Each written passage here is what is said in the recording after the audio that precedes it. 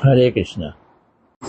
श्री रास पंचाध्यायी बड़ा अद्भुत और गोपनीय ग्रंथ श्रीमद् भागवत के 10वें हिस्से का 10वें स्कंद का 5 अध्याय 29, 30, 31, 32, 33। हमने संक्षिप्त परिचय अपनी पिछली क्लास में दिया। आज रास प्रारंभ की चर्चा करते हैं। प्रणामों से लेते हैं। नमो विष्णुपदाय राधिकाय प्रियात्मने श्रीमद् भक्ति वेदांत नारायण गोस्वामी इति नामने श्री कृष्ण लीला कथने सुदक्षम औदार्य माधुर्य गुणश्च युक्तम वरम वरेण्यम पुरुषम महांतम नारायणम त्वां शिरसा नमामि। यम प्रव्रजंतम अनुपेत अपेत कृत्यम देवपान विरह कातिराजुहावा पुत्रेति तन्मयतया तर्वो अभिनेदु तम सर्वभूत हृदय मुनिमान्तु अस्मिन् नारायणं नमस्कृत्यं नरं चैव नरोत्तमं देवीं सरस्वती व्यासं ततो जयम् उदीरयेत्। नष्टप्रायेषु अभद्रेषु नित्यं भागवत सेवया भगवती उत्तम श्लोके भक्ति नैष्टिकम्। नित्य भागवत की सेवा करने से सारे अभद्र जो हैं, सारे अनर्थ जो हैं दूर हो जाते हैं और नैष्टिक भक्ति नैष्टिक भक्ति आ जाती है। इसी इरादे से, इसी इच्छा से रास पंचाध्यायी की इस गूढ़ ग्रंथ की चर्चा करने की अनधिकार चेष्टा कर रहा हूं। पहला श्लोक 29वें अध्याय का बड़ा ही प्रसिद्ध श्लोक है ये, इसलिए इस श्लोक से हम आगे बढ़ने की कोशिश करेंगे। श्लोक कहता है,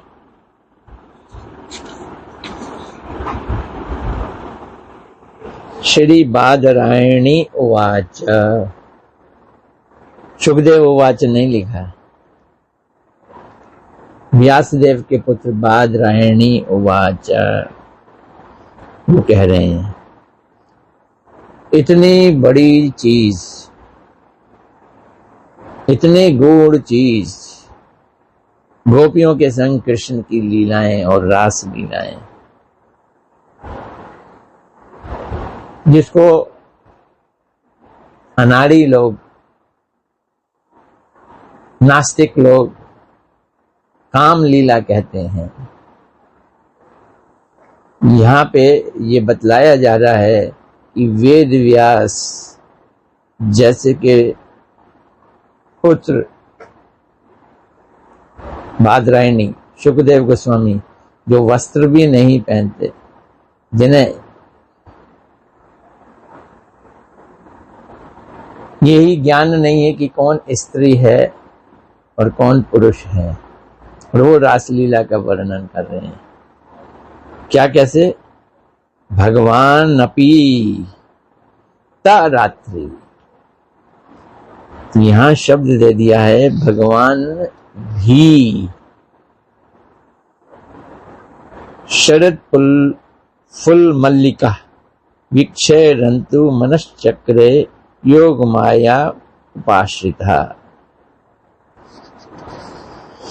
श्री सुखदेव गोस्वामी जी कह रहे हैं, क्या कह रहे हैं कि षड ऐश्वर्य से परिपूर्ण होने पर भी भगवान श्री कृष्ण, भगवान अपि उस शारदीय रात्रि में, ता रात्रि, कौन सी रात्रि? शरद पूर्णिमा की रात्रि। क्या था उस समय? मल्लिका के पुष्प खिले हुए थे, उनकी अपूर्व शोभा थी, जिसको देखकर कृष्ण ने, उन फूलों को देखकर अपनी प्यारी गोपियों की इच्छा पूर्ण करने के लिए अपनी शक्ति योग माया का आश्रय लिया और रसमयी रास क्रीड़ा करने की इच्छा की।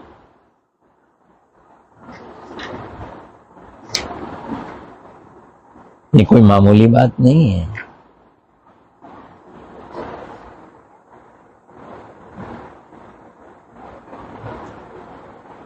भगवान अपी, यहां अपी शब्द लगा दिया गया।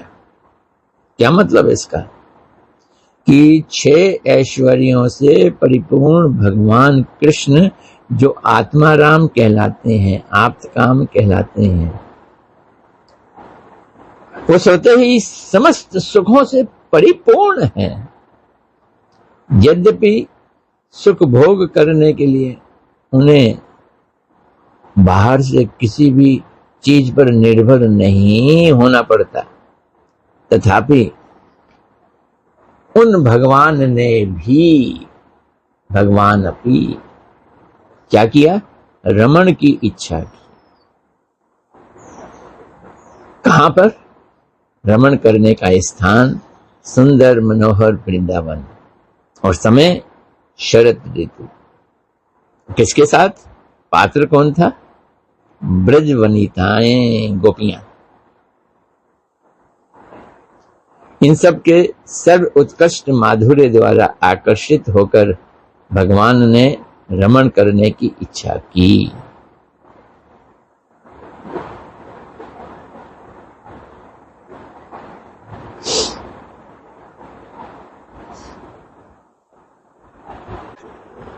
भगवान स्वयं आत्माराम और आप्तकाम हैं। ऐसा होने पर भी वो रमण क्यों करते हैं? ये उनकी भक्त वत्सल्यता है, जिसके कारण वे भक्तों के अधीन हो जाते हैं। भगवान ने रमण करने की इच्छा की, अर्थात ये रमण कोई बाह्य वस्तु नहीं है, भौतिक जगत की चीज नहीं है, ये अत्यंत आंतरिक है। भगवान की ये रमण इच्छा केवल ब्रज सुंदरियों के मनोरथ को पूर्ण करने के लिए ही हो, ऐसा नहीं है। फिर इसके द्वारा उन्हें अपना भी मनोरथ पूर्ण किया, अपने मनोरथ को पूर्ण करने की इच्छा की।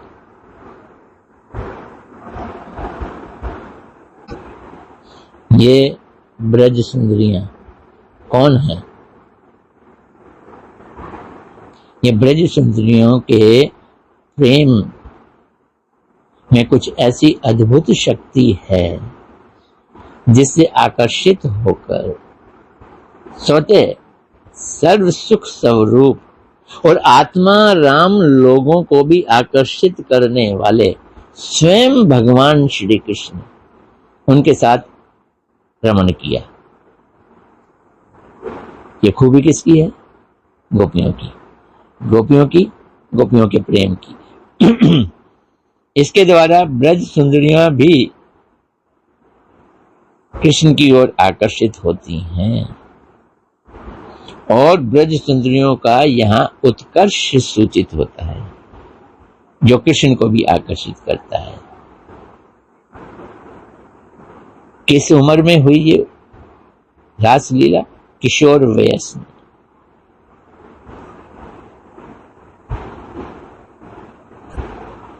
कृष्ण ने चांद को देखा, चांद की लालिमा को देखा, उस लालिमा को पूर्व दिशा में फैलते हुए देखा। इन सब चीजों ने कृष्ण के अंदर गोपियों का उद्दीपन जागृत किया। पहले झिझक रहे थे, ये तो दूसरों की पत्नियां हैं, मैं क्या करूं? लेकिन जब चांद इतनी ताराओं का, तारावलियों का पति होते हुए भी एक पूर्व दिशा नाम की स्त्री के साथ रंग लीला कर सकता है, गुलाल लगा सकता है, अपना लाल रंग उसके ऊपर छोड़ सकता है, तो मैं गोपियों को क्यों नहीं बुला सकता? कृष्ण में ये उद्दीपना जागृत हुई। कहने का मतलब है, चंद्र को देखकर कृष्ण में राधा जी का मुखमंडल का स्मरण होने लगा। अपने को प्रकाश करने के लिए भगवान ने क्या किया? कल स्वर, मधुर अस्फुट स्वर से वेणुवादन किया।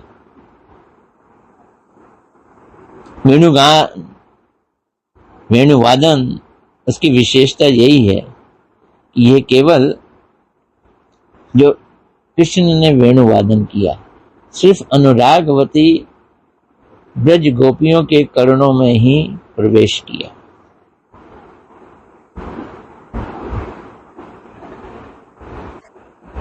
तीसरे श्लोक में जगो कलम वाम दृशाम मनोहरम एक बड़ा अद्भुत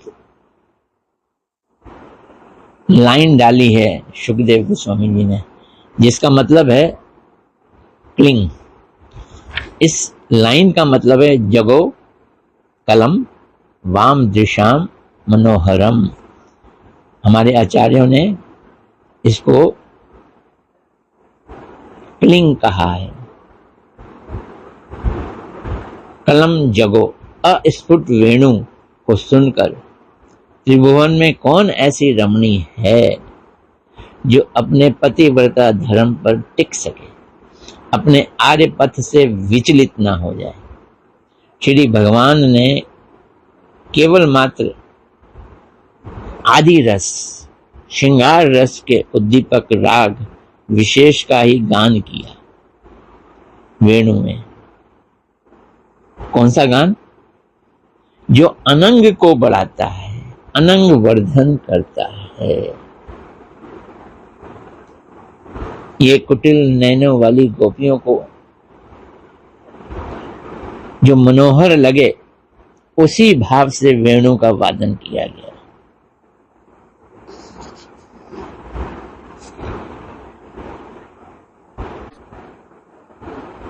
स्वभावता श्री कृष्ण में अर्पित मन वाली ब्रज सुंदरियां उस अनंग वर्धक वंशी ध्वनि को सुनकर प्रेम से मोहित होकर और परस्पर एक दूसरे को बिना देखे अलक्षित रूप से ही जहां कांत श्री कृष्ण खड़े थे अवस्थित थे, खिंची हुई चली आई। अत्यंत वेग से चलने के कारण उनके कानों के कुंडल हिल रहे थे।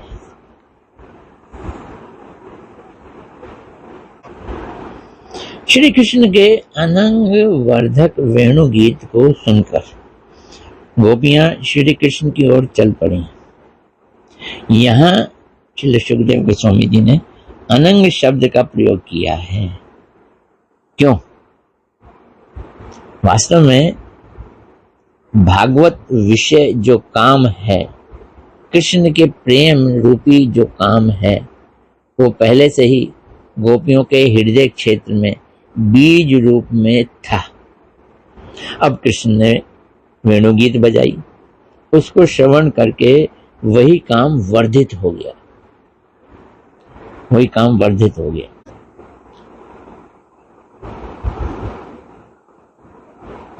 वंशी गीत, वंशी गान श्रवण करके गोपियों का काम बीज पल्लवित होने लगा। वंशी के श्रवण से पहले उनके हृदय क्षेत्र में ये काम का बीज का अंकुर, यहाँ काम ना कह के अनंग कहा है, उसको भी स्पष्ट किया। बड़ा अच्छा स्पष्ट किया गया है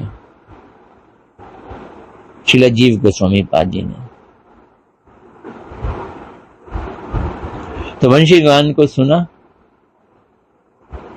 तो काम अंकुर बीज जो पहले ढका हुआ था, किससे ढका हुआ था? धैर्य, लज्जा, शर्म, भय, इन चीजों से ढका हुआ था। किंतु जैसे ही बंसी की ध्वनि सुनी, वो अंकुर पल्लवित हो गया, बड़ा हो गया, और ये सारे के सारे ढक्कन, क्या? लज्जा, धैर्य, सब तिरोहित हो गए। अर्थात वंशी गान को श्रवण करके गोपियां धैर्य, लज्जा आदि का आवरण भेद कर श्री कृष्ण के निकट उपस्थित हो गई।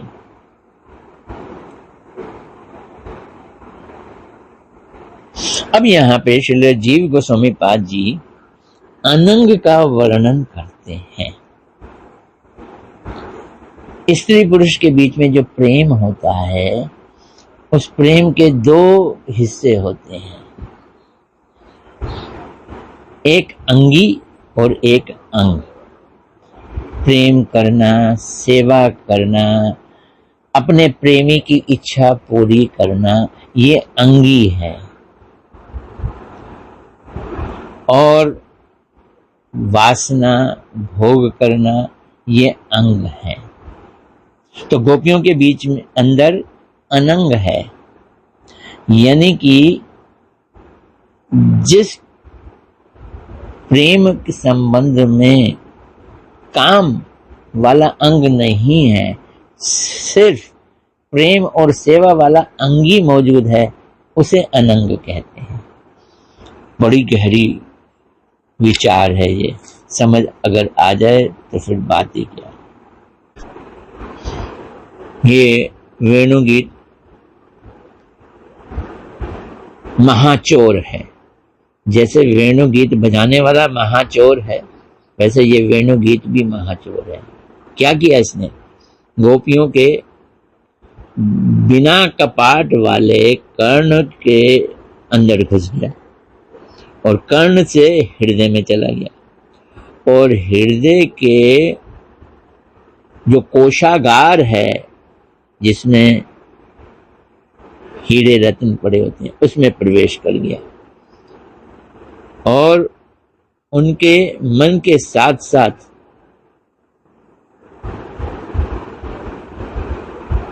उस कोषागार में मन पड़ा था, उस मन को ले लिया और उसके साथ साथ धैर्य, लज्जा, भय, विवेक, ये जितने महाधन पड़े थे उस कोषागार में चोरी कर लिया और उसे अति शीघ्र कृष्ण को लाकर अर्पित कर दिया इस वंशी वादन में। इससे प्रतीत होता है कि गोपियां उस महाचोर सम्राट के निकट अपने चुराए हुए धन को उन्हें प्राप्त करने के लिए प्रार्थना कर रही हैं। वो घर को छोड़कर भागी भागी कृष्ण के पास पहुंच गई, महाचोर को पकड़ने के लिए। इतनी व्यग्र थी कि किसी ने भी एक दूसरे को देखा ही नहीं। श्री कृष्ण की वंशी नाद को सुनते ही कोई कोई गोपी जो गायों को दूध धो रही थी, वे इस दोहन कार्य के बीच में ही उसे छोड़कर चली गई। कोई कोई चूल्हे के ऊपर दूध की कढ़ाई रखकर दूध को उबलता हुआ छोड़कर चली गई। अन्य कोई गोपियां जो गेहूं का दलिया पका रही थी, वे उस तैयार दलिये को चूल्हे पर ही छोड़कर वेणुगीत की दिशा की ओर चली गई। वेणुगीत का इतना जबरदस्त असर। और कोई कोई गोपी बंधु बांधवों को भोजन परोस रही थी, कोई कोई छोटे बच्चों को दूध पिला रही थी, और कोई कोई अपने पतियों की सेवा कर रही थी, और कोई कोई स्वयं भोजन कर रही थी। वे सब अपने अपने कार्यों को त्याग कर कृष्ण की ओर चल पड़ी। यहाँ श्रील जीव गोस्वामी जी समझा रहे हैं हमको कि जो बच्चों को दूध वगैरह पिला रही थी, वो अपने गर्भजात बच्चों को नहीं पिला रही थी। तो कोई कोई गोपी बहन के पुत्र, ननंद के पुत्र आदि को दूध पिला रही थी, अपने गर्भजात को नहीं।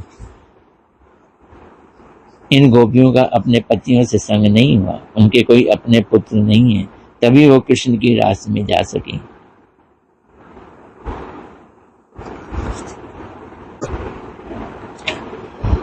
और कोई अंगों में कुमकुम चंदन लगा रही थी, कोई उपटन लगा रही थी, कोई नेत्रों में काजल लगा रही थी।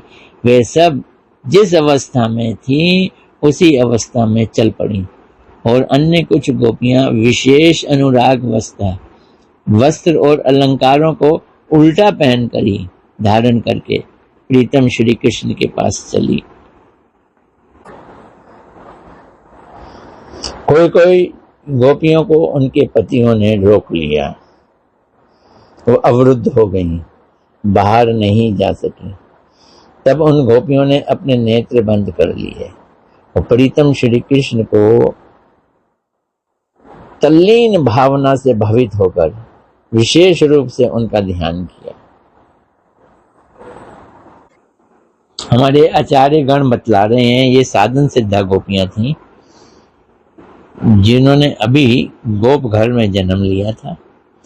ये पूर्ण सिद्ध अभी नहीं हुई, पतियों के संग थी, तो इसलिए इनके पतियों ने इन्हें रोक लिया, ये नहीं जा सकी। जो नित्य सिद्धा गोपियां हैं उनको पतियों का रोक टोक नहीं काम आई, वो तो सीधी चली गई। और अब इन्होंने क्या किया, इन्होंने ध्यान लगाकर अपने को सिद्ध करने की तैयारी की। श्री विश्वनाथ चक्रवर्ती पाद जी इसमें अपना विचार विशेष दे रहे हैं और मैं भी लोलुप होकर उसे रोक नहीं पा रहा। ये 29वां अध्याय बहुत बड़ा है, पता नहीं इसमें कितनी मुझको अपनी वीडियो करनी पड़ सकती हैं। फिर भी जो गंभीर बात है उसको छोड़ना बड़ा मुश्किल है। कुछ गोपियां जो साधन सिद्धा थीं उनको नित्य सिद्ध गोपियों का संग प्राप्त हो गया और अपने विरह से पहले ही वो रागवती हो गई नित्य सिद्ध गोपियों के संग मिलकर।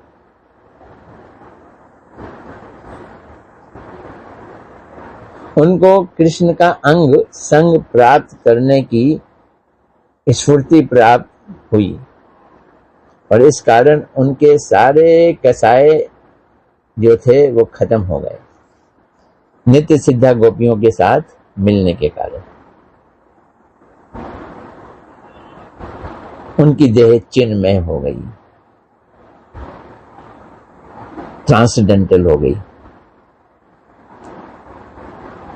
उनका भी विवाह हुआ था पर योग माया की कृपा से पति का स्पर्श नहीं हो सका क्योंकि उन्हें नित्य सिद्ध गोपियों का संग मिला था और वे अपने चिन्मय देह से कृष्ण को मिल गए। वो कृष्ण की भोगिया बन सकी, रास लीला में प्रवेश कर सकी। ये उनको सौभाग्य मिला। किंतु जिन्हें पहले नित्य सिद्ध गोपियों का संग नहीं मिला और उनका विवाह हो गया और बच्चे भी हुए, बाद में नित्य सिद्धों का संग मिला, उनमें पूर्व राग तो उत्पन्न हो गया था पर अभी उनकी देह कृष्ण मिलने के योग्य नहीं थी क्योंकि पतियों से भुक्त हुई थी। यहां वो रोकी गई, उनको रोक दिया गया, ये बतलाने की कोशिश की गई।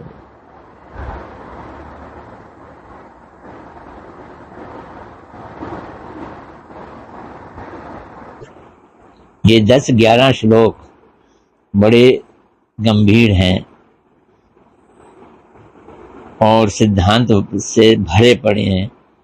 उन गोपियों के बारे में जो साधन सिद्धा थी, पतियों से भुक्त भी हुई, फिर पतियों के द्वारा रोकी गई, वो कैसे कृष्ण के पास जा सकी, इसका बड़ा मार्मिक वर्णन किया गया है।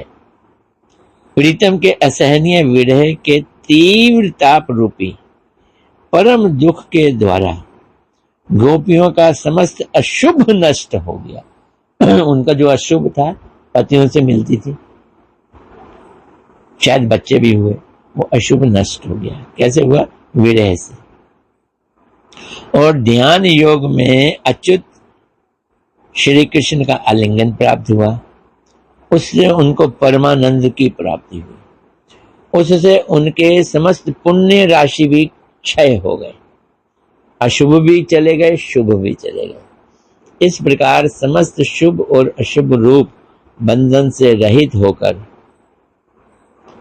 गोपियों ने अपने उपपति भाव से, प्रेमी भाव से कृष्ण को प्राप्त कर उसी क्षण अपनी गुणमय देह को त्याग कर दिया। वो जो देह थी गुणमय, जो पति से मिलित हुई थी, वो तो चली गई। तो क्या वो मर गई? नहीं, वो गायब हो गई और स्पिरिचुअल देह आ गई। सच्चिदानंद शरीर उनको प्राप्त हो गया। कृष्ण के पास जाने योग्य शरीर वो प्राप्त कर गई।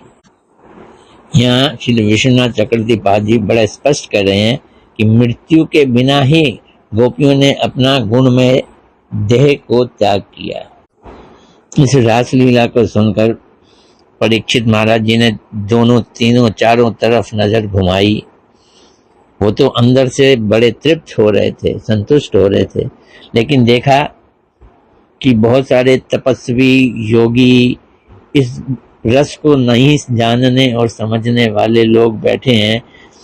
तो उन्होंने परीक्षित महाराज जी ने एक प्रश्न पूछ डाला।